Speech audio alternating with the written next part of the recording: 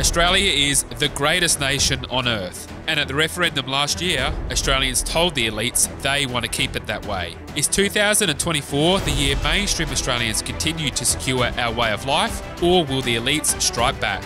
In Season 3 of Australia's Future, former Prime Minister Tony Abbott will share his unique insight on the future of the Australian way of life.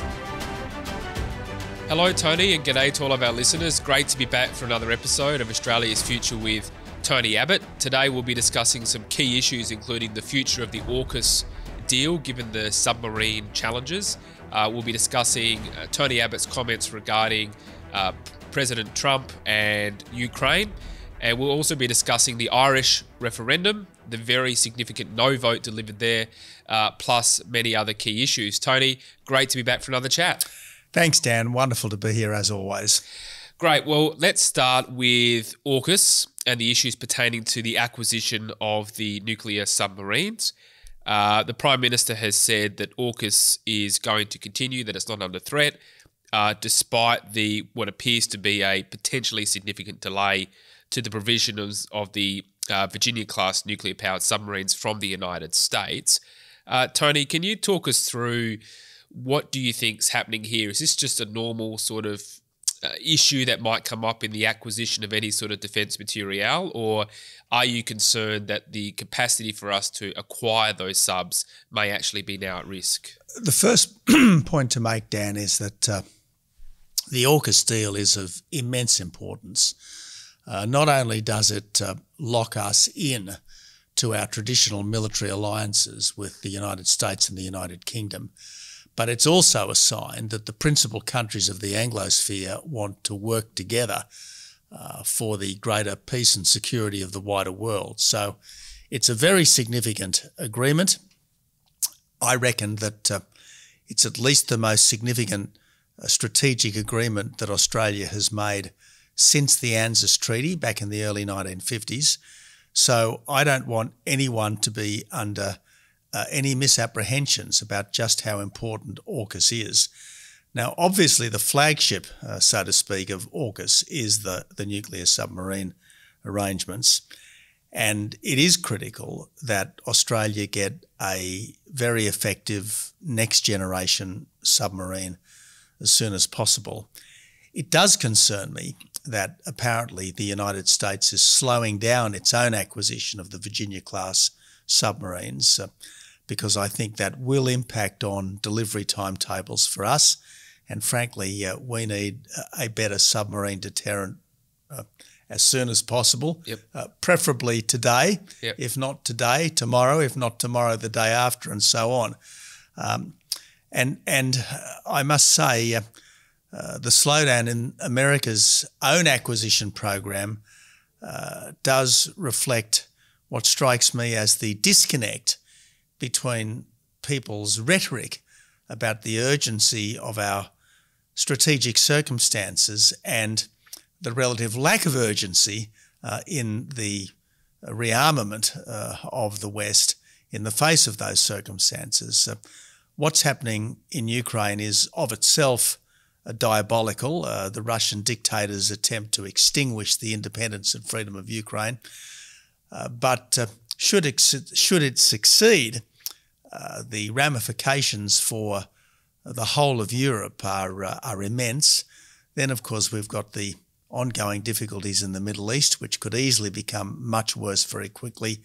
And we've got the ongoing belligerence of Beijing towards Taiwan, which again could explode very quickly into much more serious military complications. So the world has not been as dangerous as this for many decades, and yet having banked the peace dividend of the 1990s after the fall of the Berlin Wall, it seems that we are very reluctant to get into the business yet again of serious armament, and yet we need serious armament because the only thing that bullies understand is strength.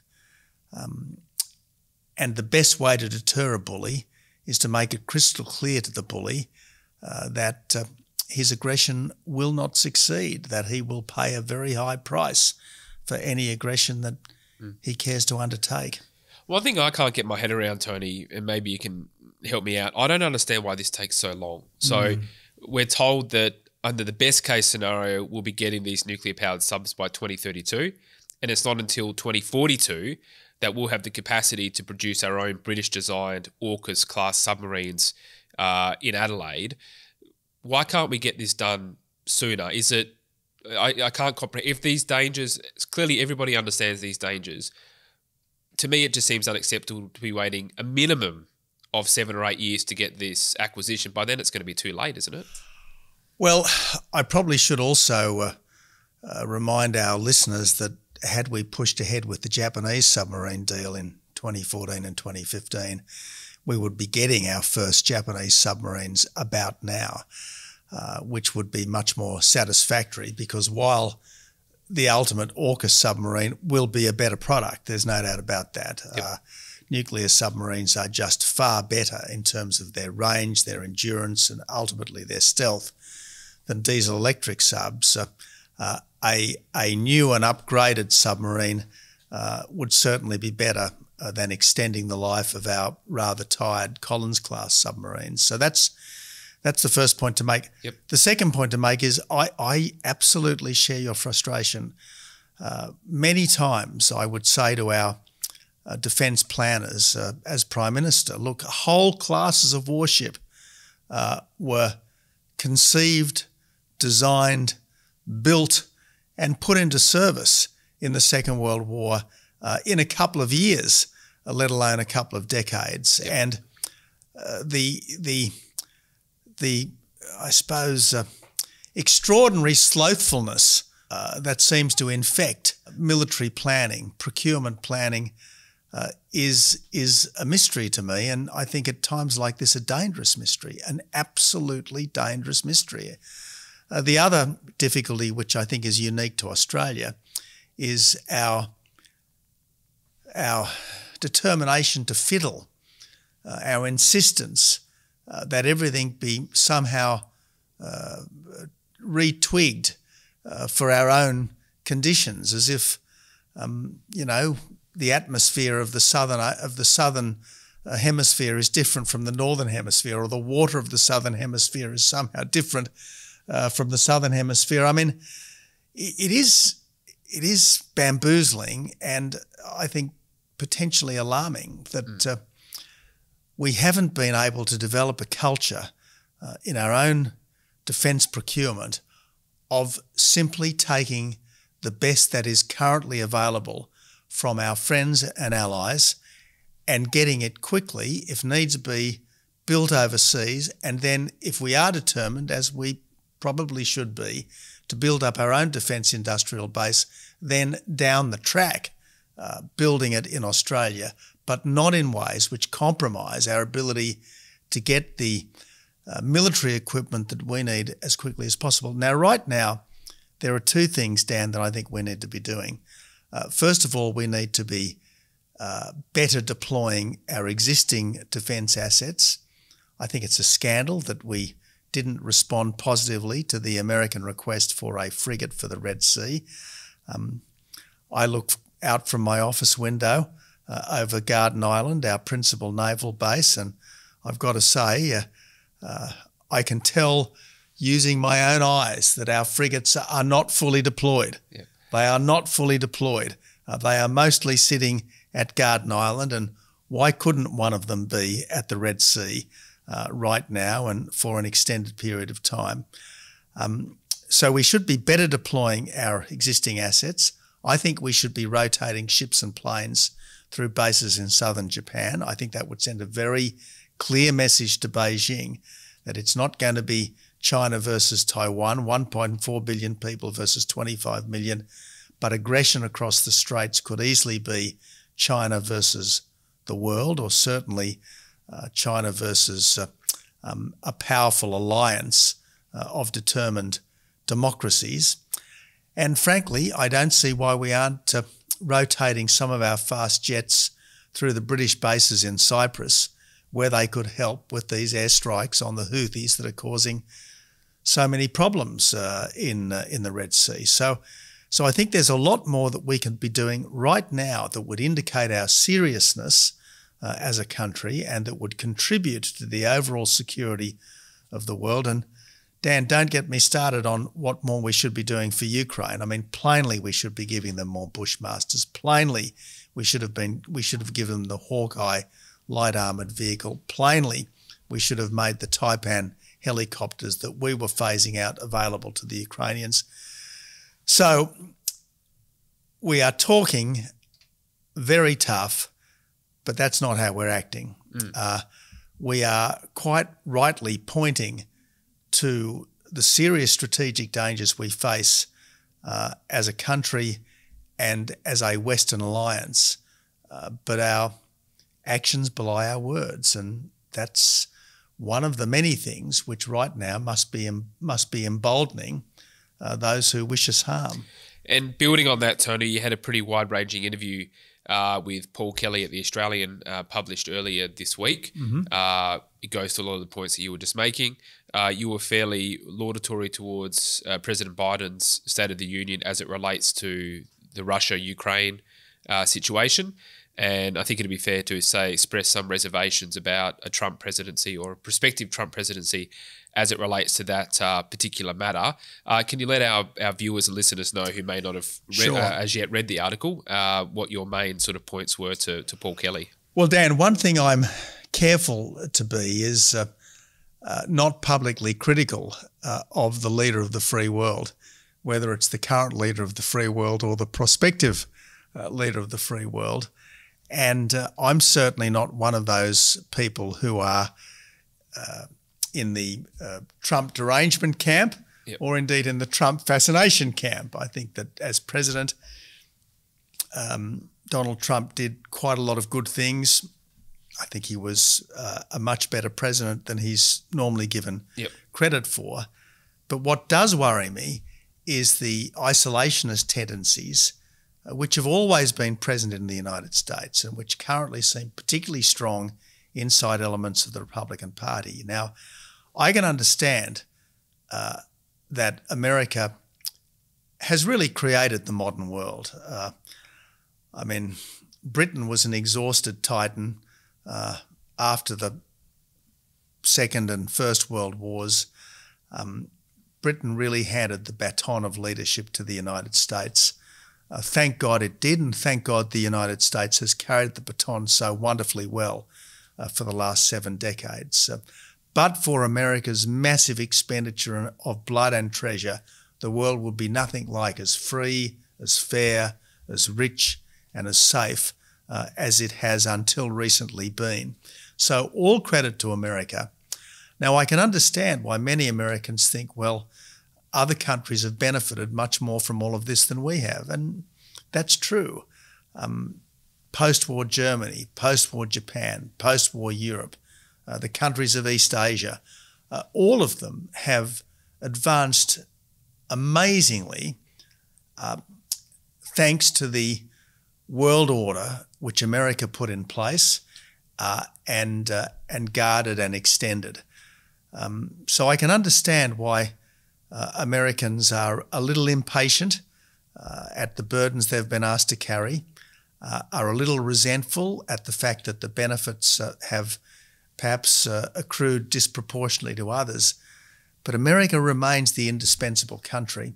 And if America were ever, at least in the short term, to turn aside from the burdens of leadership, it would be a much darker and more dangerous world. So really, what I was trying to do in my discussion with Paul Kelly was acknowledge how indebted we all are to America, to reassure the Americans that that debt is appreciated and cherished and valued, at least by some people in the wider world, to urge America not to lay down the burdens of leadership anytime soon, and at the same time to encourage countries such as Australia and Britain, and particularly the continental Europeans, to do more in the defence of freedom. Well, you were Prime Minister when Barack Obama was president, and I think he did the wrong thing by you in Australia when he talked about the Great Barrier Reef and went on that tangent. But I seem to recall, and I'm not going to get this quite right, but I seem to recall at the time reading reports of when you first met with him or his office, you said something to the effect of, I'm not here to ask you for more, but I'm here to thank you for your support, or something along those lines. You can correct me if I'm not right, but there was something like that. And I suspect that would have been unusual because the US would be so used to its allies and friends asking for more and more and more. But I think you've, in your actions, shown that, well, we are grateful. Is that right, what I'm saying? That's more or less what happened, Dan. Yeah. To give you my version of what happened, I as PM, I thought it would be best to begin my relationship with other national leaders by trying to say something to them that was true, that I could say in good conscience, and that they would want to hear. And I figured out that nearly everyone who goes in to see the President of the United States is there to demand something or to complain about something. Yep. And I didn't want to be a complainer, and I didn't want to be a demander. And as it happened, ISIL had just smashed its way out of Syria and was at the gates of Baghdad at the time. And this had happened with remarkable rapidity, really over the course of about 72 hours. And people were scrambling in Washington and elsewhere to know how to respond to this. And I just said to Barack Obama, look, anything that you would like done in response to this, Australia will be there in at least a commensurate way. Australia is here to help, not to demand or not to complain. And I think afterwards the Americans said to Kim Beazley, our then ambassador, and a very good ambassador, I should add, the Americans said to Kim Beazley, well, the world needs more Tony Abbotts. Now, I don't know that that was quite Barack Obama's instinct later on when he came to Brisbane and decided to talk about the Great Barrier Reef and the alleged threat of climate change. But nevertheless, at that time, that did you ever get a chance to have a surf with him? No, we did give him a surfboard, which he seemed very appreciative of, a surfboard embossed with the presidential crest made by one of the surfboard manufacturers in my electorate. Right. And he seemed quite chuffed by the gift, but I'm not sure he is actually a surfer himself. Okay. I mean, he grew up in Hawaii, but not everyone in Hawaii is a surfer, even though Hawaii is, in a sense, the birthplace of surfing. Just to go back to Trump and Biden, there are those who argue, well, Putin invaded Ukraine on Biden's watch, and they may not have done that on Trump's watch. Well, he didn't do it on Trump's watch. Now, we'll never know what would have happened if Trump won in 2020. But isn't there sort of an argument that Trump, for all of his perhaps limitations, has shown a tendency to be quite direct with foreign leaders and also, allies or enemies alike, and that Putin may have been less likely to invade Ukraine given Trump's unpredictable approach to diplomatic relations? What do you think of that perspective? I think that's an arguable point. I think you're right. He was an unconventional president, and being unconventional adds an element of doubt and risk to adventurism by others. And certainly the scuttle from Kabul, which I think was probably very significant in making Putin think that he could get away with it, happened on Biden's watch, although an orderly departure from Afghanistan was indeed Trump's position as well. Look,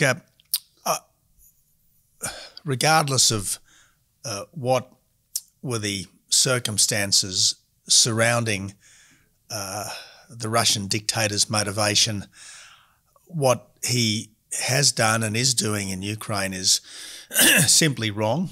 I think aspects of it are undeniably evil. It must be resisted, and any abandonment of Ukraine in its hour of need would be a moral failure of catastrophic proportions and consequences by the West. Tony, let's move on to another fascinating piece of international news from Ireland. It's been wildly underreported in the Australian media, I think, because it goes against the zeitgeist of the media class.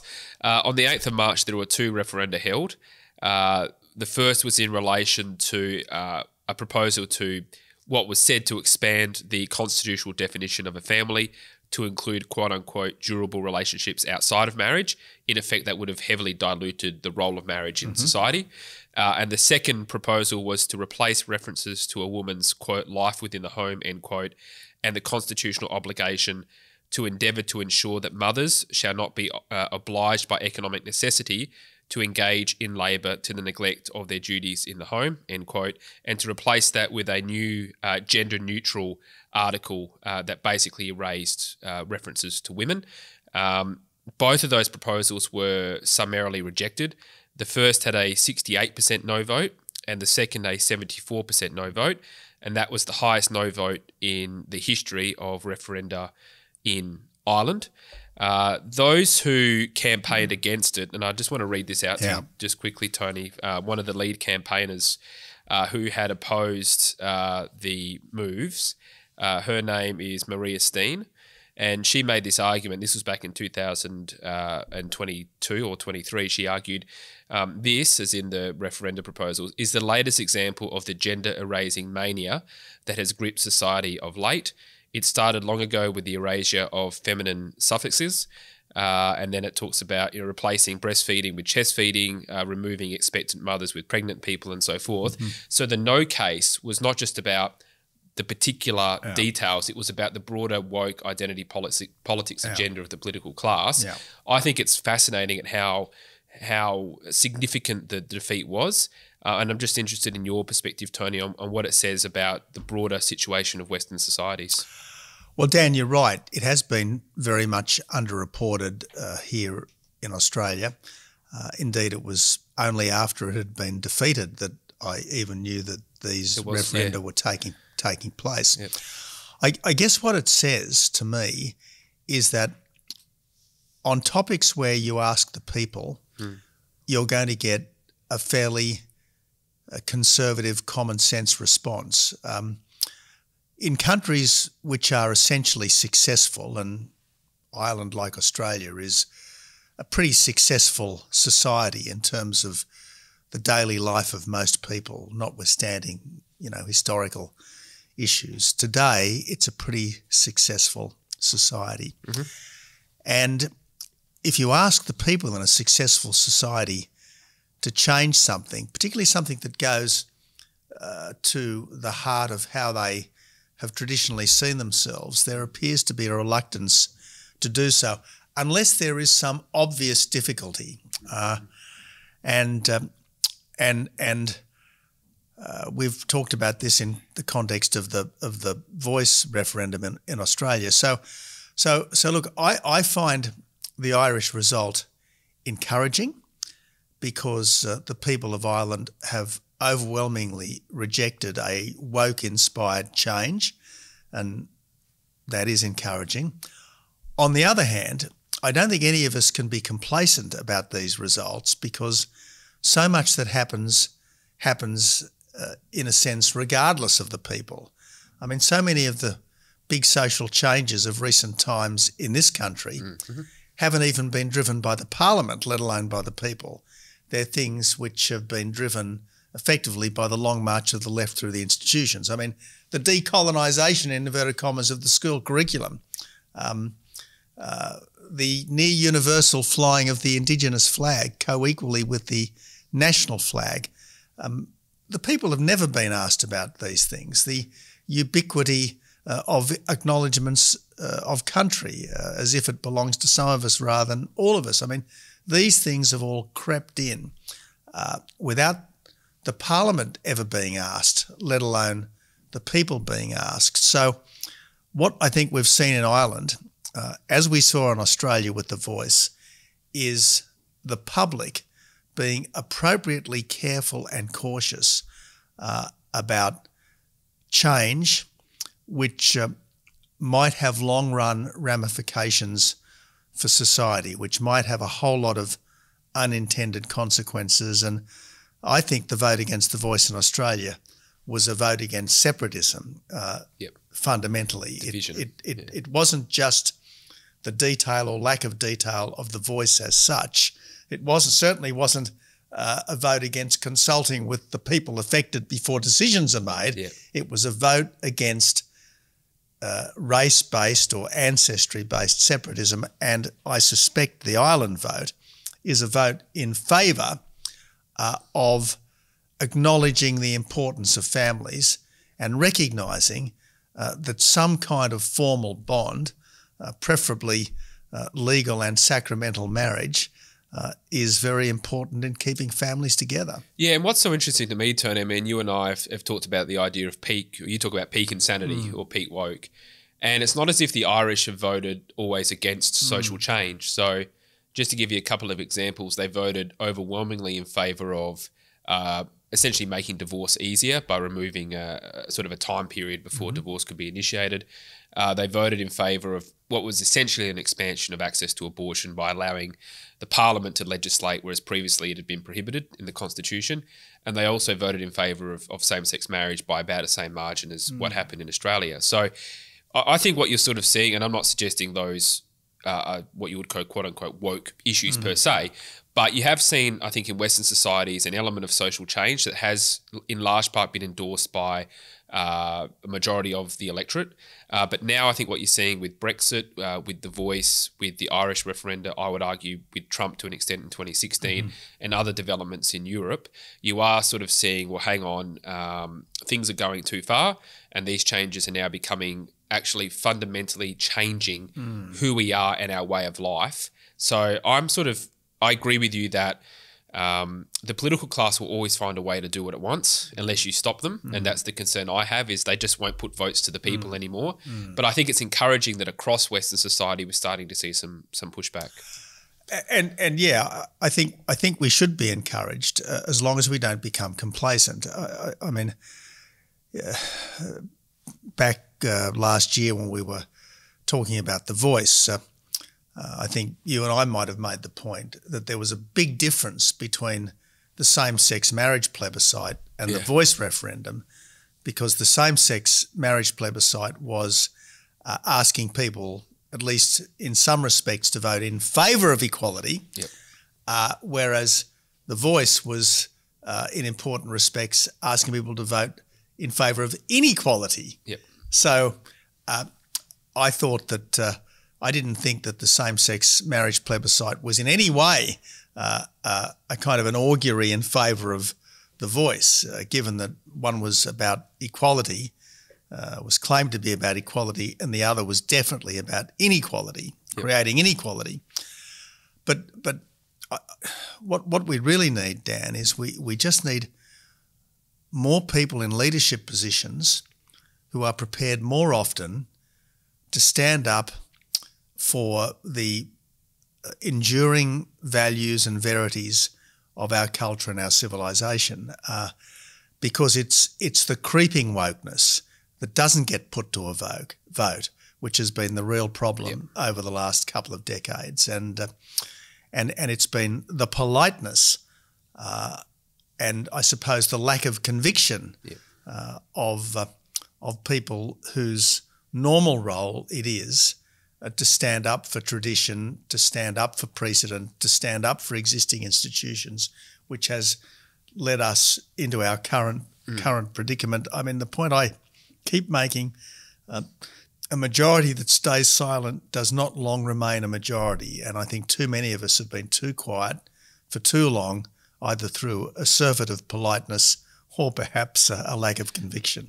I'll take us to our next topic and our last topic for today, Tony, which builds on that, which is these proposals that were just reported on today relating to so-called truth in advertising laws.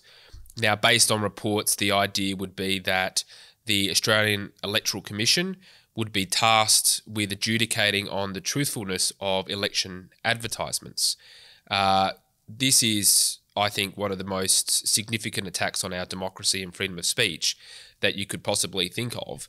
The idea that you'd have a government body beyond the reach of the people that's going to be deciding what is truth and what is not truth is deeply concerning.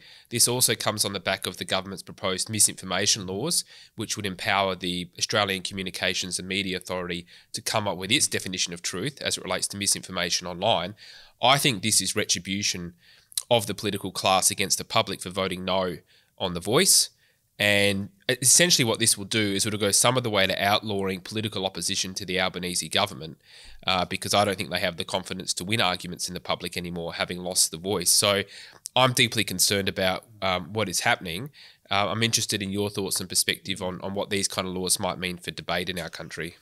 Well, there's a sense in which freedom of speech is the most fundamental of freedoms, because if we aren't free to speak our minds, we're not free to explore issues. We're not free to try to come to a better appreciation of truth.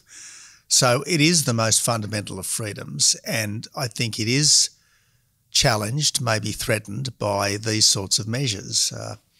And I think that the public are normally more than capable of seeing through hypocrisy, humbug, mendacity.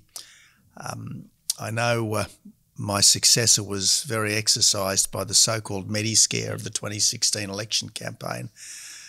The problem was not that Labor made a fairly outrageous scare campaign about Medicare. It was that the scare campaign was inadequately countered by the coalition at the time. And you know, the best antidote to falsehood is truth, not repression. And that's what all of these things seem to involve. They seem to involve trusting some godlike adjudicator more than you trust the good sense of the people to see the truth, to get behind the claims. And I would be deeply sceptical of all of this. Speech is never entirely free. I mean, there are laws against defamation, as there should be. There are laws against creating a public nuisance, as there should be. But apart from that, speech should be free, and that is one of the fundamentals. And look, if you're going to talk about truth in advertising and in political communication, I mean, you personally would be subject to some of the most egregious untruths and falsehoods in your political career, but I can't ever remember you saying, well, we need a law to stop people saying this about me. Your approach was to get out there and make an argument and explain why your opponents were wrong and why people should vote for you and your agenda instead. And I think actually when people attack you or your agenda, it actually elevates you into the debate and can be of assistance rather than a negative. So, yeah, just interested in your personal experience with that. Well, famously, Peter Costello and I did once take Bob Ellis, the late Bob Ellis, and his publisher to court over some factual claims that were not only incorrect but were pretty scurrilous in a book back in the late 90s. So I'm certainly not against the defamation laws. I'm not against the public nuisance laws. If people make claims that turn out to be false and which are damaging, well, you ought to be able to sue in the ordinary course of the tort law. So I'm not saying that there shouldn't be recourse when things that are wrong are done, but the idea that there should be some godlike authority accountable ultimately to no one, sitting in judgment on the ordinary claims that people make in the course of political discussion or disputation of some social issue, I just think is wrong. Now, I mean, let's go back to the pandemic for a moment. Many of the things that would have been branded misinformation at the height of the pandemic, we now know to be true. And just imagine if some Big Brother censor had been there scouring the internet to a greater extent than Big Tech was doing this anyway. Just imagine if it was even worse, with some Big Brother censor saying, oh, you're not allowed to argue against masks, that's misinformation. You're not allowed to argue against vaccine mandates, that's misinformation. You're not allowed to argue that COVID is not really that more serious than a particularly severe flu. that's misinformation. I mean, it would have made our actions in response to this thing even more problematic than they turned out to be. Just before I let you go, and without notice, I want to ask you about the idea of fixed terms, 4-year fixed terms for federal parliament. So I know earlier in the week at I think it was the Australian Financial Review Business Summit, both Anthony Albanese and Peter Dutton supported the idea of 4-year fixed terms. I can't remember who first floated it, but it's supported by both sides of politics federally. Now, they are in place, I think, in pretty much every state across Australia. I personally oppose them because I see it as a way of the political class trying to get out of having more frequent elections when, if anything, we should have... I know Australians don't like going to the polls, but I think at this point in our nation's history, we need to probably have more elections and more referenda rather than fewer. Just interested in your thoughts and perspective. Well, Dan, I'm with you. I think we need more democracy, not less democracy. I think we need more engagement of the people, not less engagement of the people. I think that if the public were more engaged, we would have a much better polity, and I think it would be good for the citizenry as well. I've always taken the view that if there's a bad government, an election can't come soon enough. And if it's a good government, it shouldn't be scared of an election. So I certainly would not be in favour of any change towards 4-year fixed terms. Okay, Tony, great. Thanks for that. On that note, we'll close it off there. So thanks for your time. Greatly appreciate it. And we'll have another chat in about 2 weeks' time. I look forward to it, Dan. Thanks, Tony. This is a production of the Centre for the Australian Way of Life at the Institute of Public Affairs. To find out more, visit australia.ipa.org.au.